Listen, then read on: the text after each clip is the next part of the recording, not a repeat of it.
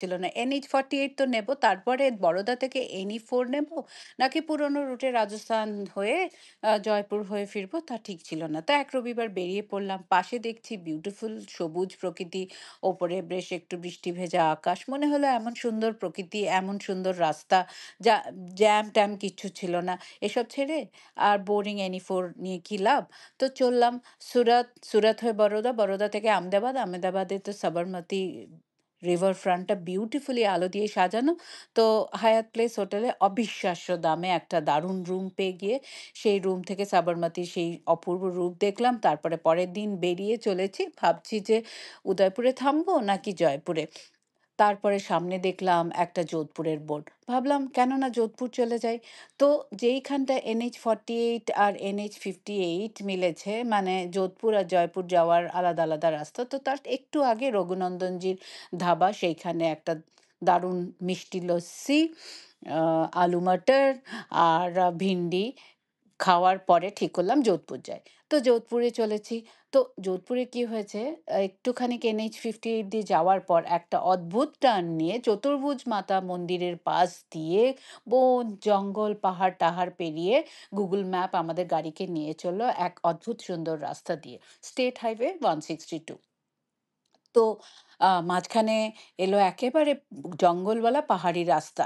ওইটা কুম্ভলগড় পর্যন্ত গেল। তারপরে আ কুম্ভলগড় থেকে আমরা একটুখানি ফ্ল্যাট ল্যান্ডে যখন এলাম, তখন এই গাঁও সেই গাঁও, এখানে গরু, ওখানে ভেড়া, ওখানে ছাগল, এই আর তাদের আ উম উম পালকদের দেখে, সেই পালকদের আবার মাথায় লাল পাগড়ি, এসব দেখতে, দেখতে এসে গেলাম পালি। পালিতে এসে উঠলাম ন্যাশনাল হাইওয়ে 62। তো ওই 62 তেই চলতে, চলতে অপূর্ব রাস্তা। দুধারে কিচ্ছু মানে সুন্দর দৃশ্য আর জ্যাম-ট্যাম কিচ্ছু নেই, ট্রাফিক-ফ্যাফিক কিচ্ছু নেই। তো ওই যেতে, যেতেই বুক করে নিলাম আইটিসি যোধপুর। অপূর্ব প্রপার্টি। রাত্রি ৮ টায় যখন পৌঁছলাম, তখন মনে হলো পরের দিন দিল্লির দিকে না গিয়ে একটা দিন যোধপুরে কাটাই। তো পরের দিন সকালে অফিসের কাজ ছিল। ২ঃ০০ র সময় গাড়ি নিয়ে মেহেরানগড় ফোর্টে গিয়ে ফোর্টে উঠে দেখছি চারপাশটা। তো মেহেরানগড় ফোর্টের এই অল্প সময়ে এত জিনিস বলবার আছে, তো বলা সম্ভব নয়।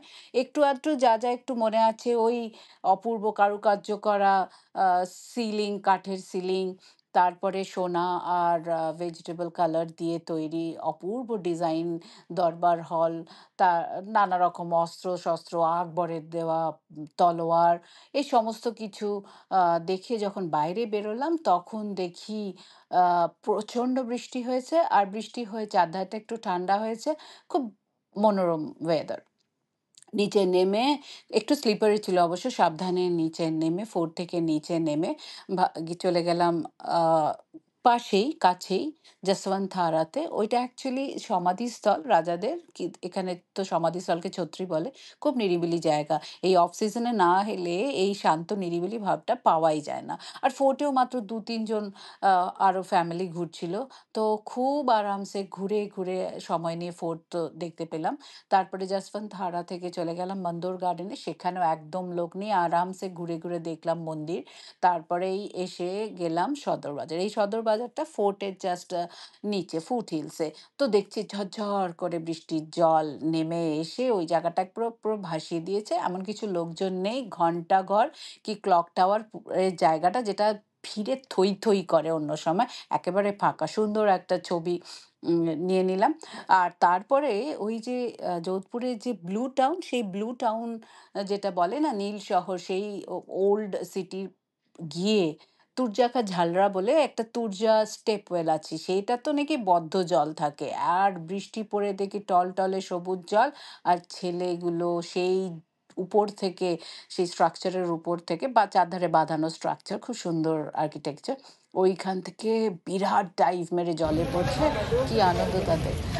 এরপরে একটা ব্যাপার, এটা তো আমরা অফ সিজনে গেছি, তাই জন্য দোকানপাটগুলো অত ছিল না। কিন্তু লস্যির দোকান, মিছরীলালের বিখ্যাত লস্যি আর বিরাট বড় জনতা সুইটস থেকে ওই মির্চি ভাজি আর সামোসা খেয়ে এত ভালো লাগলো যে কি বলবো।